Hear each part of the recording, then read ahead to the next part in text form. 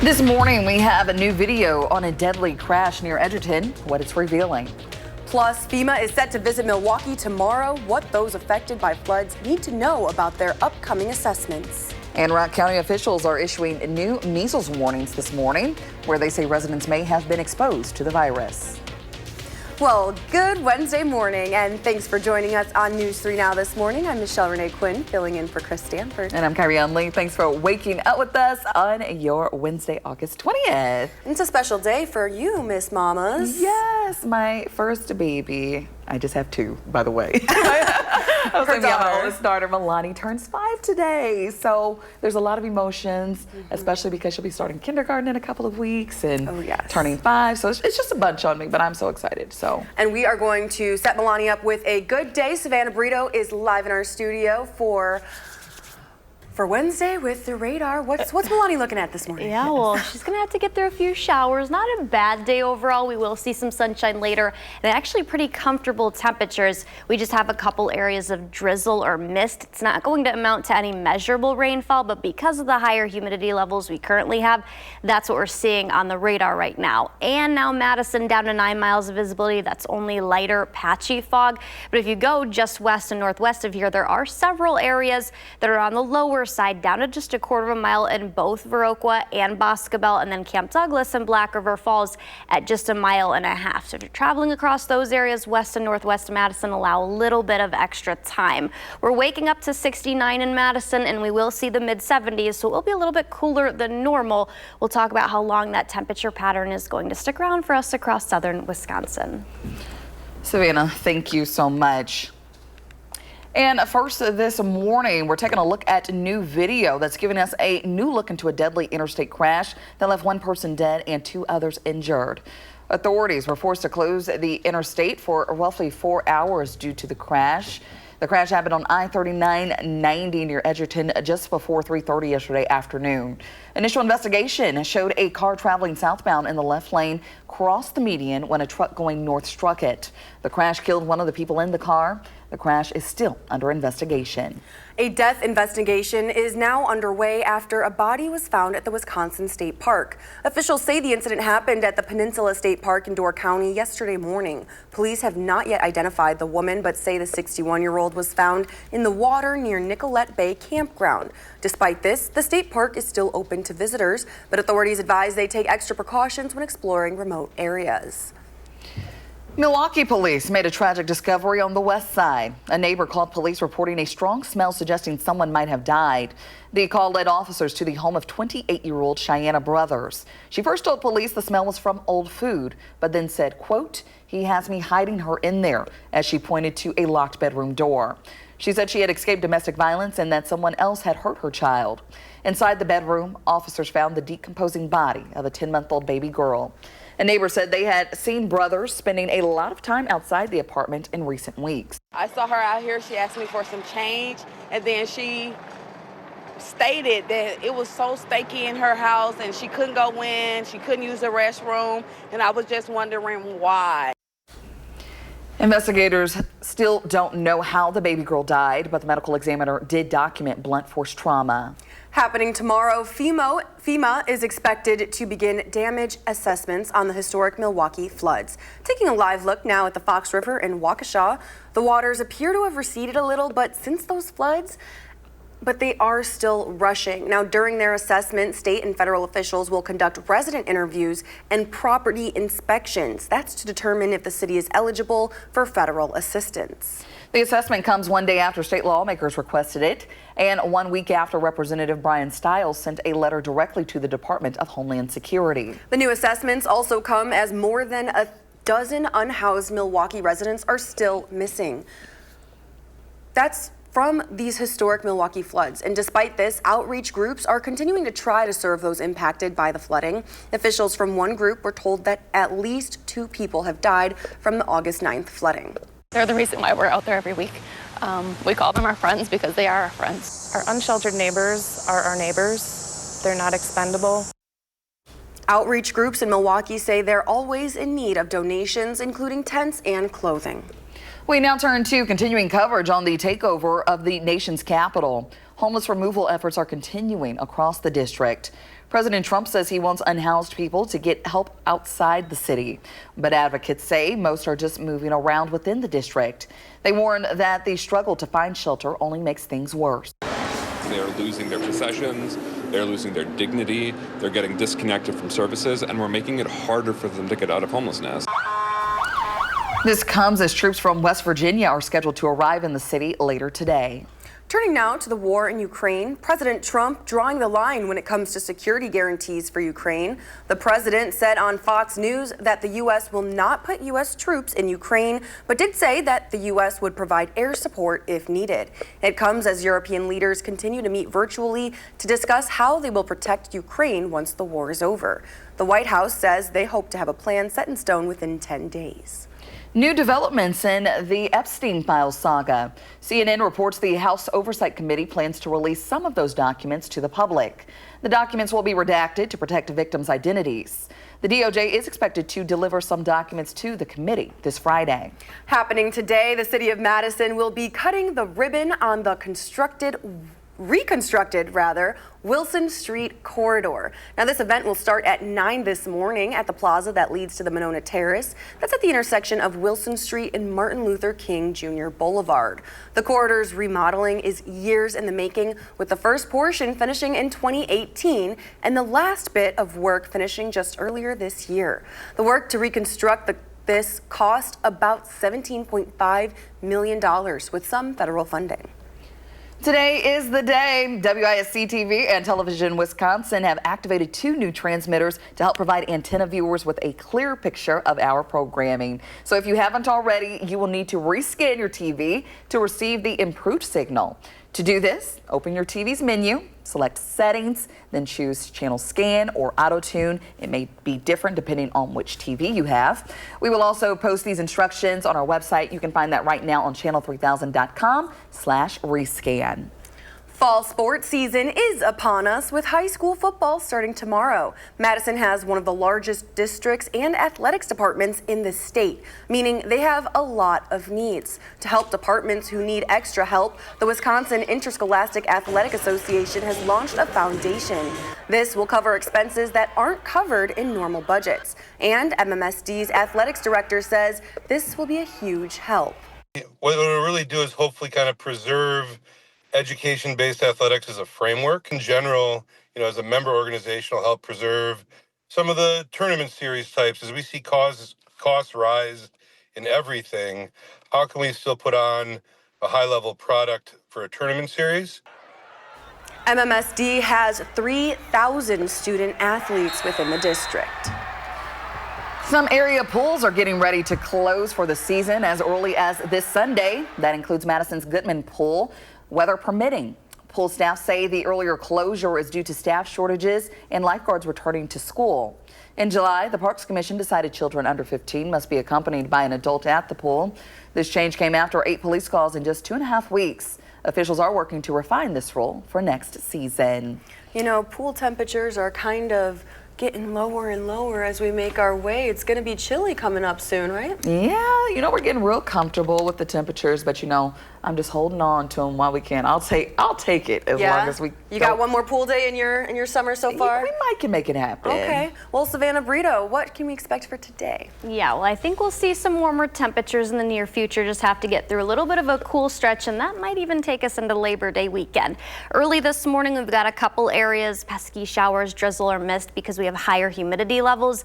It's also leading to some fog. It's more widespread west if you're traveling to areas like Lone Rock, Viroqua, and then up towards Black River Falls, the La Crosse, and Camp Douglas areas. The rest of us just dealing with some patchy, lighter fog. Temperatures, though, across Dane County, somewhere near the 70-degree mark. Some of us, though, are falling in the mid to upper 60s, and that includes us further into southern Wisconsin. 262 only this morning. That's one of the cool spots in Black River Falls. We'll talk about the cooler weather and another chance for showers that we added into the forecast. Thank you, Savannah. The health department is warning of possible measles exposures in Rock County. We'll tell you where next. It may only be Wednesday, but we're already working for the weekend in the 608 this morning. I'll have your 3 things to do coming up. You're watching News 3 Country Now This Morning, moving forward. Welcome back. In your morning medical news, the Wisconsin Department of Health warns some people may have been exposed to measles in Rock County. Officials say visitors to the Milwaukee Road Pilot Travel Center from 11:45 a.m. to 2:30 p.m. on August 4th and the Roberts Flying J Travel Center that morning may have been exposed to the virus. The department urges those who visited these locations to confirm their MMR vaccine is up to date.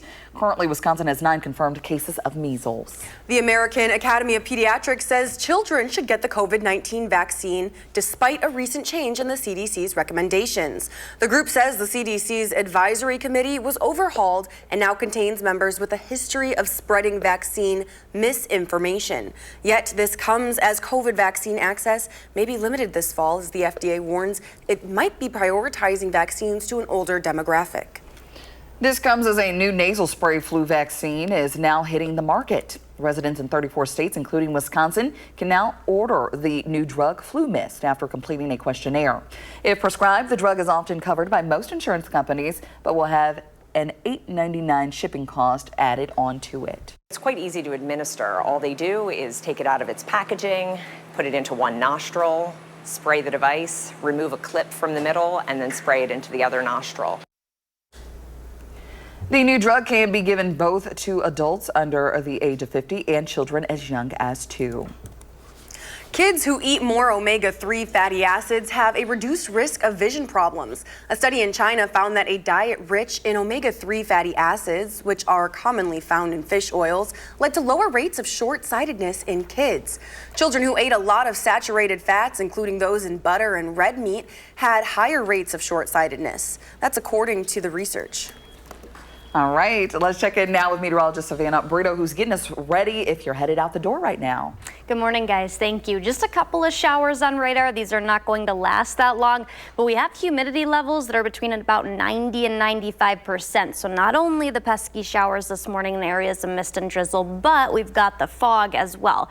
We're down to 9 miles in Madison. The fog is much lower and more widespread west and northwest of here. Viroqua and Boscobel have held steady at just a quarter of a mile. Black River Falls is at 1.5 miles, and then the Camp Douglas area down to just half a mile. So allow a little bit of extra time if you're traveling west or northwest. By mid to late morning, the fog will move out of here. We'll see partly sunny skies later this afternoon, and especially by the evening, that's when skies are going to completely clear. It'll be comfy, but definitely cooler than what we had yesterday. We're only looking at the mid 70s this afternoon. That's not necessarily going to last that long. We have a couple days that are warmer before the bigger cool down. Once we get to Friday, there is a chance that we could have isolated stronger storms.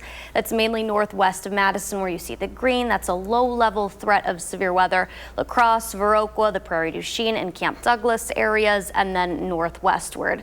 Ahead of that cold front, that'll be the reason behind our cooler temperatures on Sunday, we will see a few showers. I think central Wisconsin and northern Wisconsin, if you're in Iowa or Minnesota traveling that way this weekend, you will see showers by Friday and Friday night. However, by Saturday morning, that's when you can expect them to arrive for southern Wisconsin and northern Illinois. Depending on how fast that cold front moves out of here, we could see showers into the evening, but then we are going to see things clear up for Sunday. That'll be the better half, but cooler half of this upcoming weekend as well. As far as how much rain to expect, we're not going to see that much, maybe a couple tenths up to maybe half an inch of rain at the most on Saturday. And then we're down to 69 Sunday. Temperatures will remain just near the 70-degree mark into early next week, and those nighttime temps actually get down to about 50, so it will be a little bit on the cooler side, but then temperatures look to rebound a little bit more into Labor Day weekend. We'll probably only be in the lower to mid 70s, still a little bit below average, but nonetheless warmer than Sunday into Monday and Tuesday next week. Savannah, thank you. In the 608, it may only be Wednesday, but we are already working for the weekend. Our Josh Ryder is here in the studio with the weekend planner for your family. Hey, Josh. Hey, guys. Good morning to you. It is the last weekend before Labor Day, so we have a lot we want to do as summer is winding down. Here are my 3 things to do this weekend in the 608. Happening all weekend long, beginning Friday, it is the Good Neighbor Festival in Middleton. This is on the grounds of the Middleton High School.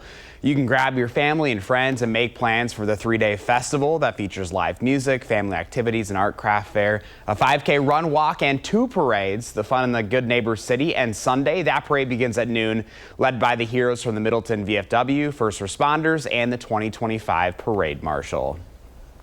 On Saturday, the 5th annual car show returns to Main Street in Cottage Grove to raise money and awareness for the UW Carbone Cancer Center Pancreas Cancer Task Force.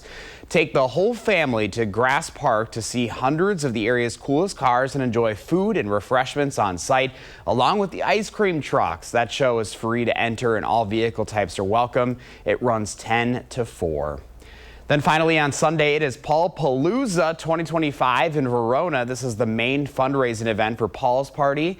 Paul's Palooza is a super fun grassroots fundraiser featuring live music, food, drinks, and fundraising at the brewery to remember Paul Natsky. There are several ways to get involved. The event runs 10 to 5 at Wisconsin Brewing Company. You can find more happenings this weekend in the 608 by going to channel3000.com. Looking at that forecast, might have to break out the hoodie this weekend. It's going to be a little cooler than what we've been used to this summer. Yes, it is. But you know what? That's okay because there's still plenty of things to do and lots of fun to have. That's the nice thing is I'm like actually looking forward to these temperatures. A lot of people are like, oh, you know, it's kind of a bummer. I was like, it's been so hot and humid this summer or rainy or whatever. So I'm looking forward to like a nice little crisp morning, a little hot coffee. It sounds pretty good to me. Real comfy like for you. Real cozy. A hot coffee? I know. I thought I was making cold brew for us. I'll have a couple more days of cold brew and then we're slowly transitioning once fall comes around. Okay. Yes. Well, thank you, Josh. You're welcome. Remember to let Josh know what inspires you in the 608. You can reach out either on social media or email us at inthe608@WISC-TV.com for a chance to be featured. Still ahead, the Madison Reading Project founder is here, and they are getting ready to head back to school and helping teachers kickstart their classroom. We'll be talking with Rowan. And coming up in our next half hour, a new sales tax holiday bill ahead. What could soon be cheaper for parents? And before we head to break, a look at your gas prices. We'll be right back. You're watching News 3 Now this morning. Keep it.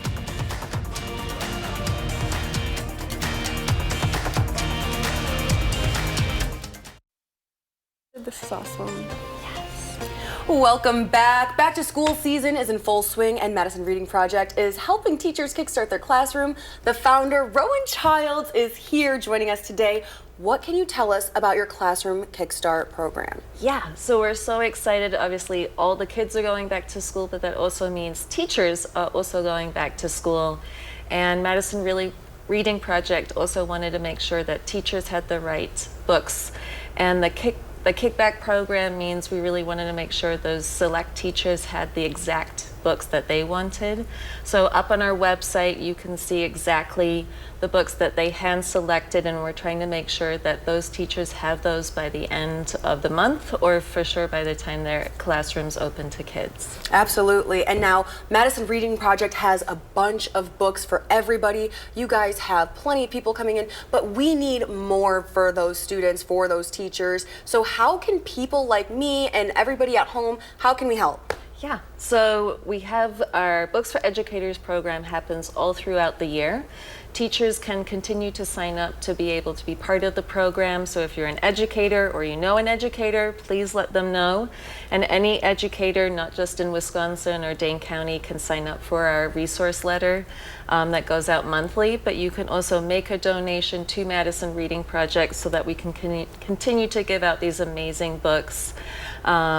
That you can see, yes, on the website, you can see those are the book lists that are for the nominated teachers. There's 83 books that are left on that program as of last night. So any book that you purchase on there goes directly to the teachers that have been nominated. They've spent a lot of time selecting those books for those teachers.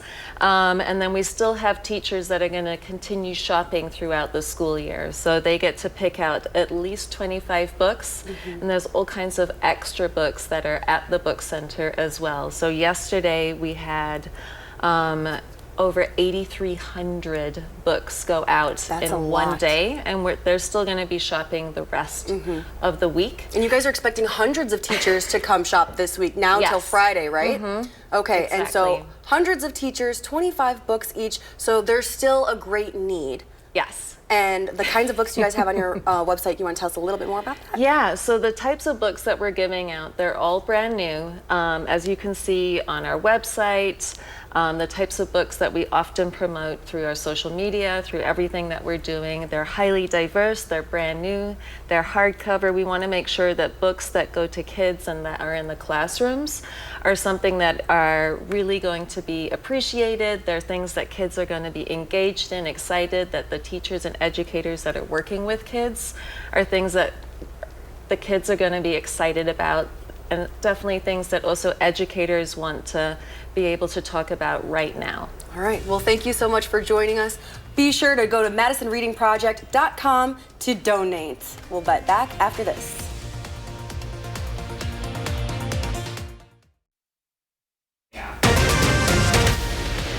This morning, a Portage police officer faces serious charges, what he's accused of and how the department is reacting. Plus, bracing for impact, the dangerous conditions Hurricane Erin is bringing to the East Coast. And parents, your back-to-school budget could get a break. We'll explain how lawmakers are looking to put money back in your wallet. Good morning, everyone, and welcome to News 3 Now This Morning on your Wednesday. I'm Kyrie Unley. And I'm Michelle Renee Quinn, filling in for Chris Stanford. Thanks for waking up with us. This is your indication that you've made it halfway through the week, so congratulations. Yay! Yes, I know for some people it may be their upcoming weekend. For you, yes. You guys, it's my Friday. I've been here since last week Thursday, so yeah. Let's see what my weekend's gonna look like. Savannah, where you at? There you go. Yeah, guys, we're tracking. Okay, Sorry. I'll plan your day. So hold on, hold your horses there. We're getting there.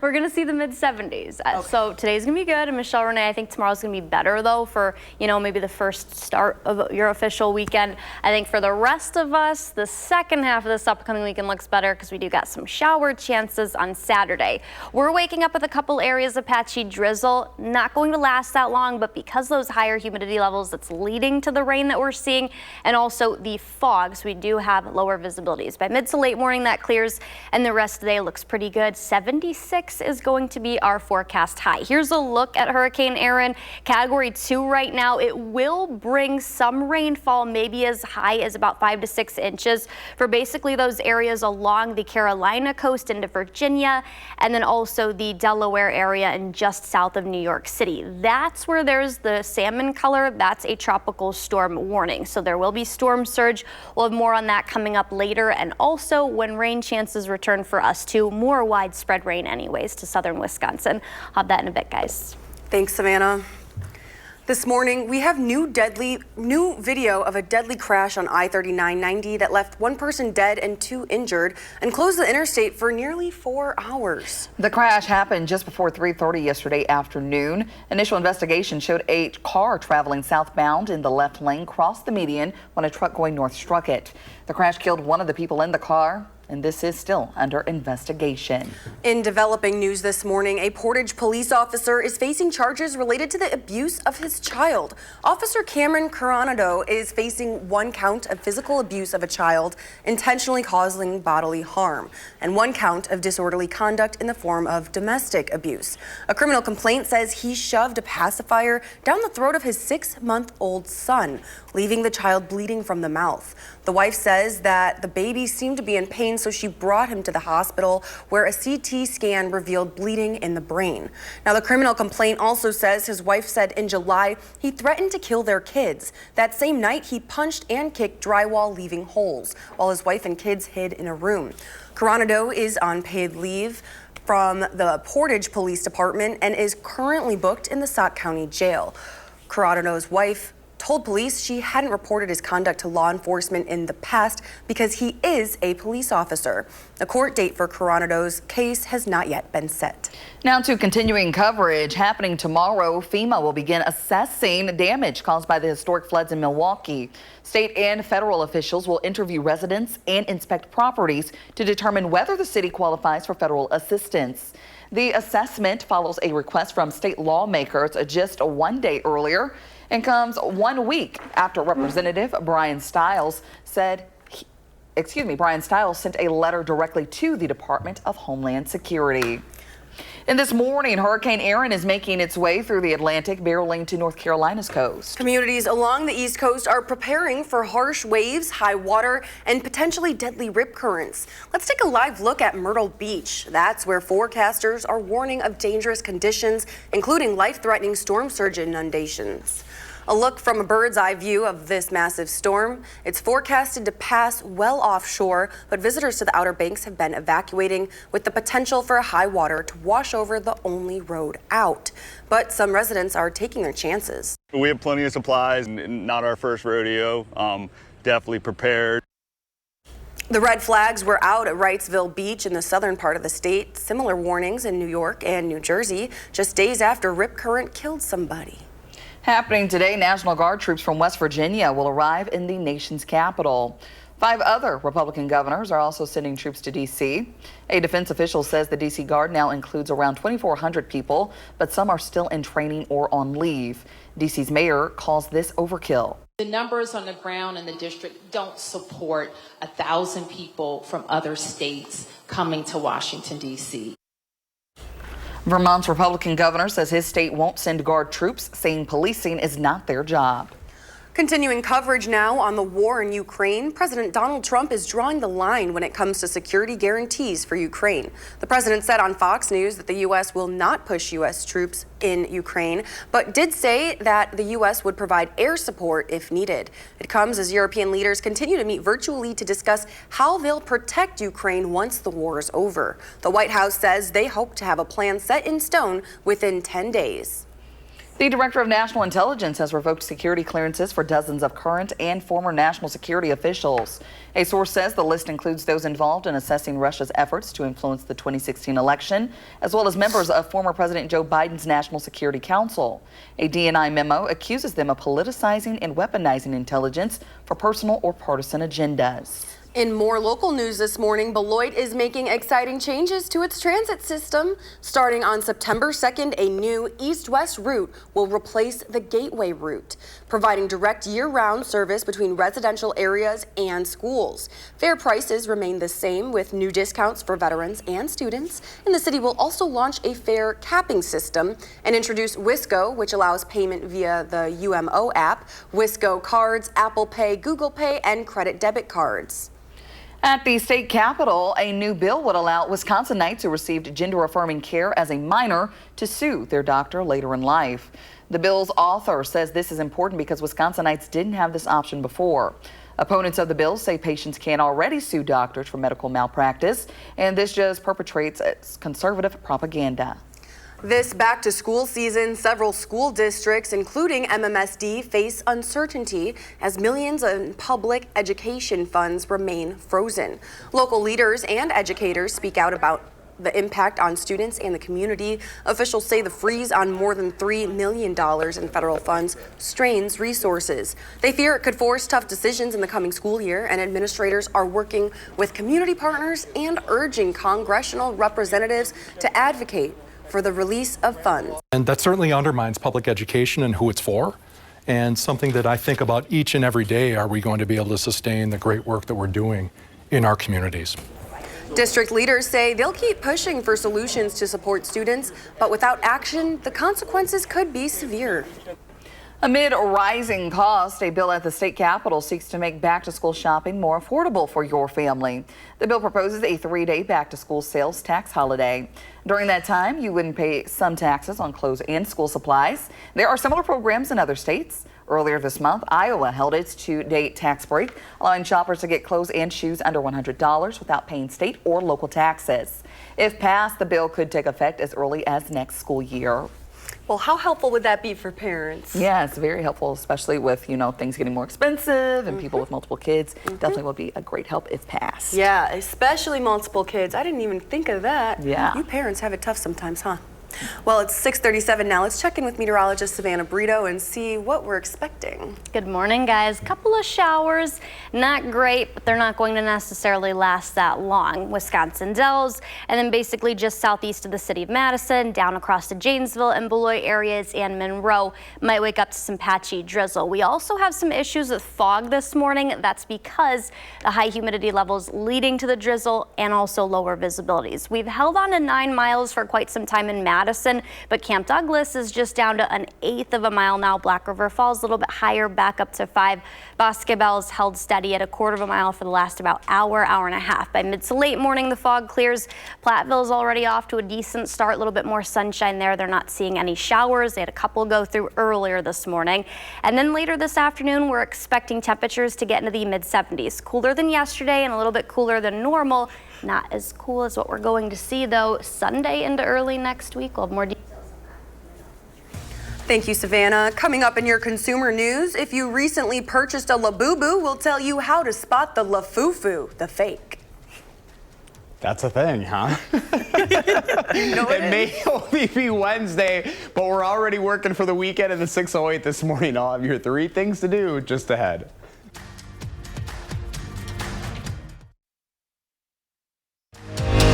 You're watching News 3 Now this morning. Moving forward. Welcome back. Today is the day. WISC-TV and Television Wisconsin have activated 2 new transmitters to help provide antenna viewers with a clear picture of our programming. So if you haven't, you will need to rescan your TV to receive the improved signal. Michelle Renee will walk you through. Okay, guys, to get that better, clearer picture, you're going to want to start by opening up the menu option on your TV. For us, that's on the remote, but you might have to use the scroll buttons to get to there. You're going to go to your settings for your channel.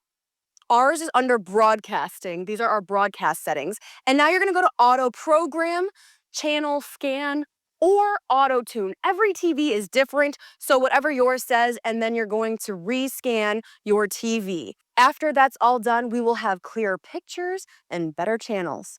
All right, so that took a few minutes for us, but now we're done. It's complete, and the channels are back in best quality.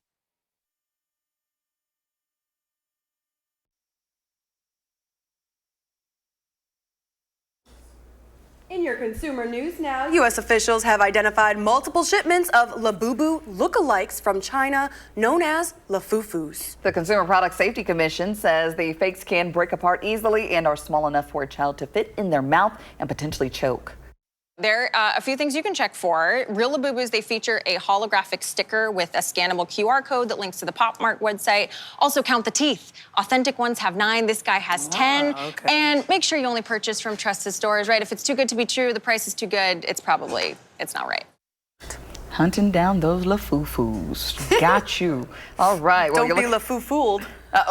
You can go on and on and on about this. I know you can.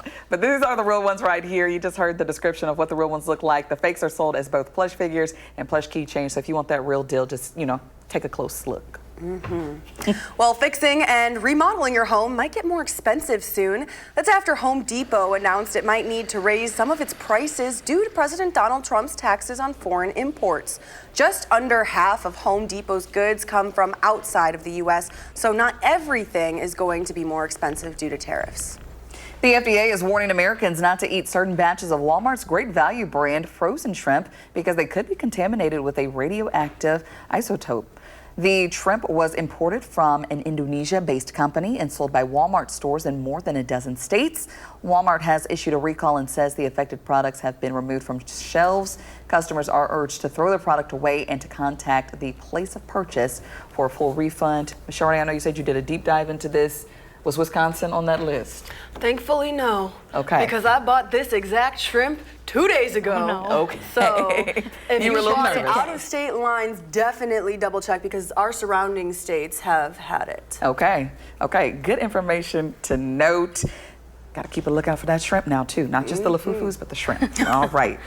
Well, let's check in with Savannah, who's getting us ready as you head out the door this morning. Hey. Good morning, guys. We've got a couple of showers, spotty areas of drizzle or mist. It's not going to last long. Basically, how long our humidity levels stay on the higher side through about mid-morning. That's when we could still see showers and lower visibilities, but then the rest day is looking to be good. So we got a couple of showers up near the Camp Douglas area, west of there. Northeast of Wisconsin Dells, we're pretty much dry across most of Dane County, just to the northeast of Stoughton and southeast of the city of Madison. That's where there's a couple of showers across Jefferson County. And then it's a little bit more widespread both across Greene and also Rock counties right now. But again, that's only really going to last the next couple of hours. I would say 2 at most. And some of us are on the nicer side of things. We've got that live look outside of Platteville behind me. There is a little bit of sunshine. We also have a decent amount of cloud cover still. Won't set the tone for later in the day. We'll see skies clear nicely after the fog also moves out of here. We're at 9 miles in Madison, a quarter of a mile in Camp Douglas and the Boscobel areas. A lot of clouds right now over Madison. That's where this live look is, with a temperature at 69 currently. Our temperature around 10 a.m. back up to 70, and then we'll top out in the mid 70s. So it'll be a little bit cooler than normal later in the day for everyone across southern Wisconsin, and in comparison to what we had yesterday. Here's where the rest of us are. Most of us are waking up in the mid to upper 60s, 66 in Janesville and 65 in Camp Douglas. We do have a chance of a couple of stronger storms, basically for Prairie du Chien, Viroqua, and then just to the northwest of Wisconsin Dells, the Camp Douglas, La Crosse, and Black River Falls area for Friday and Friday nights. I think we could see a few stronger storms on Saturday here across the rest of southern Wisconsin. That'll be with the cold front that knocks our temperatures down a lot between Saturday and Sunday.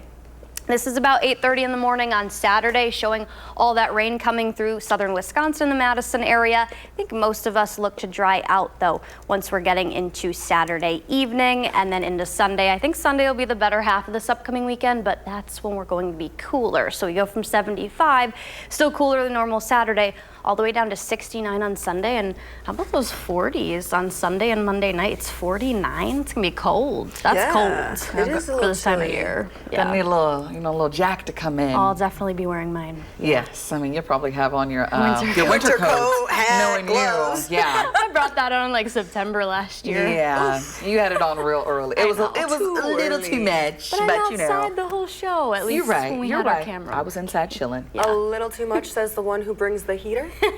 Okay, It's cold in here, though. Okay, it's cold in the building. I'm just letting I the need my viewers little- know what it's like in here, okay? I need my little heater. Tad chilly. Yes. Thanks, Savannah. You're welcome.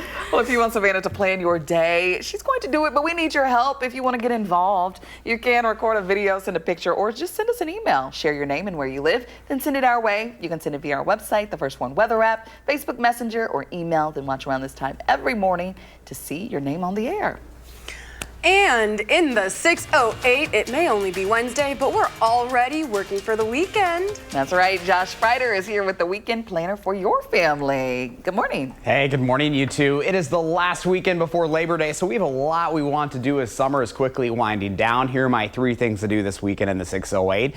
Happening all weekend long, beginning Friday, it's the Good Neighbor Festival in Middleton. This is one happening on the grounds of the Middleton High School. You can grab your family and friends and make plans for the 3-day festival featuring live music, family activities, an art craft fair, a 5K run walk, and 2 parades. The fun in the Good Neighbor City ends Sunday. That parade begins at noon, led by the heroes from the Middleton VFW, first responders, and the 2025 Parade Marshal. On Saturday, the 5th annual car show returns to Main Street in Cottage Grove to raise money and awareness for the UW Carbone Cancer Center. You can take the whole family to the Grass Park to see hundreds of the area's coolest cars and enjoy food and refreshments on site along with the ice cream trucks. The show is free to enter and all vehicle types are welcome. It runs 10 to 4. Then on Sunday, it is Paul Palooza. This is the main fundraising event for Paul's Party. Paul Palooza is a super fun grassroots fundraiser featuring live music, food, drinks, and fundraising at the brewery in Verona to remember Paul Natsky. There are several ways to get involved. The event runs 10 to 5 at Wisconsin Brewing Company. You can find more happenings this weekend in the 608 by going to channel3000.com. Going to be another great weekend. I still can't believe I'm like not wanting summer to be done. And I was like, how is it already Labor Day next weekend? It just does not seem right. Those September scaries, as you call them. Oh, big time. In. I've had the September scaries since like the 4th of July, though. Oh, gosh. It goes so fast. But we're also so busy. We're trying to cram so much into the summer months here in Wisconsin. Yes, but you know, there's nothing. So we still have a long list regardless of the weather. So, I mean, that's what you got to love about this place. And we got a lot of things to look forward to this fall, too. We'll be busy in the 608 then as well. So, I think it flies because there's always so much to do. That's it. Which you show us. And we're always having fun. Yes, we are. Thanks, Josh. You bet. Remember to let Josh know what inspires you in the 608. You can reach out to him either on social media or email us at in608@WISC-TV.com for a chance to be featured. Coming up in the morning sprint, people looking to immigrate to the U.S. will now face a new round of questions. We'll have those details. But first, if you have a little kid turning 3 soon, let us know so we can share their picture on TV and wish them a happy birthday.